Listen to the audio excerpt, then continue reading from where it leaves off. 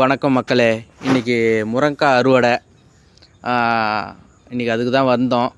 முருங்கைக்காவும் நல்லா விளைஞ்சிருக்கு இந்த வாட்டி. இது நம்ம பெருசாக எதுவும் மருந்து எதுவும் அடிக்க மாட்டோம். அதனால் கத்திரிக்காய் தோட்டத்தை சுற்றி நம்ம முருங்கை களையை நடவு பண்ணியிருந்தோம்.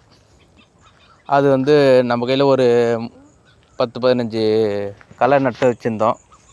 அது சுற்றி நட்டதுனால நல்ல விளைச்சல். அதாவது கத்திரிக்காய் ஒரு விளைச்சல்னா முருங்கைக்காய் ஒரு விளைச்சல். முருங்கைக்காய்க்கு நம்ம எதுவும் மருந்து அடிக்கிறதில்ல, மருந்து போடுறதில்ல, எந்த இதுவுமே செய்கிறதில்ல.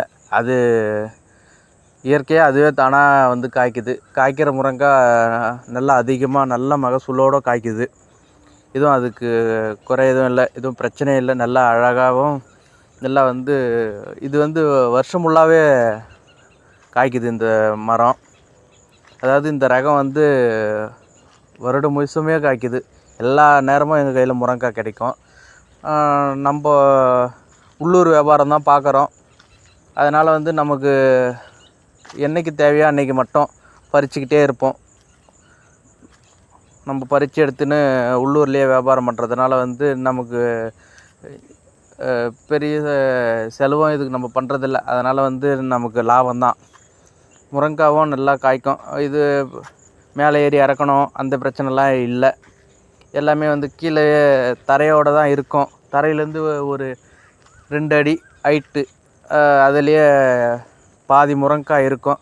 ஒரு சில முருங்கைக்காவை எட்டி நின்று இறக்குற மாதிரி இருக்கும். அவ்வளோதானே கண்டி. மீதியெல்லாம் நல்லா இருக்கும். மரமும் நல்லா ரொம்ப பெரியசெல்லாம் இல்லை. நம்ம சின்ன சின்ன களை வச்சு தான் நம்ம நட்டிருக்கோம். எல்லா களையிலையுமே ஒரு களை தவறாமல் எல்லா களையிலையுமே பிஞ்சு இருக்கும். காயும் நல்ல காய். இன்றைக்கி காலையில் அறுவடை பண்ணிட்டோம். அறுவடை பண்ணிட்டு ஒன்று தான் வீடியோ எடுத்தேன். பண்ணாமல் இருந்திருந்தால் இன்னும் அதிகமான காய் தெரிஞ்சிருக்கும். மரத்தை பார்த்திங்கன்னா பெரிய மரம்லாம் இல்லை, இது ரொம்ப சின்னது. பாருங்கள், காய் நல்லா இருக்கும். நம்ம கத்திரி செடி சுற்றி வர்றதுனால இது ரொம்ப நம்மளுக்கு செலவு இல்லை. எதுவுமே எந்த வித செலவும் இல்லை. அதனால் நமக்கு விளையிறது எல்லாமே நமக்கு லாபம்தான். பாருங்கள்.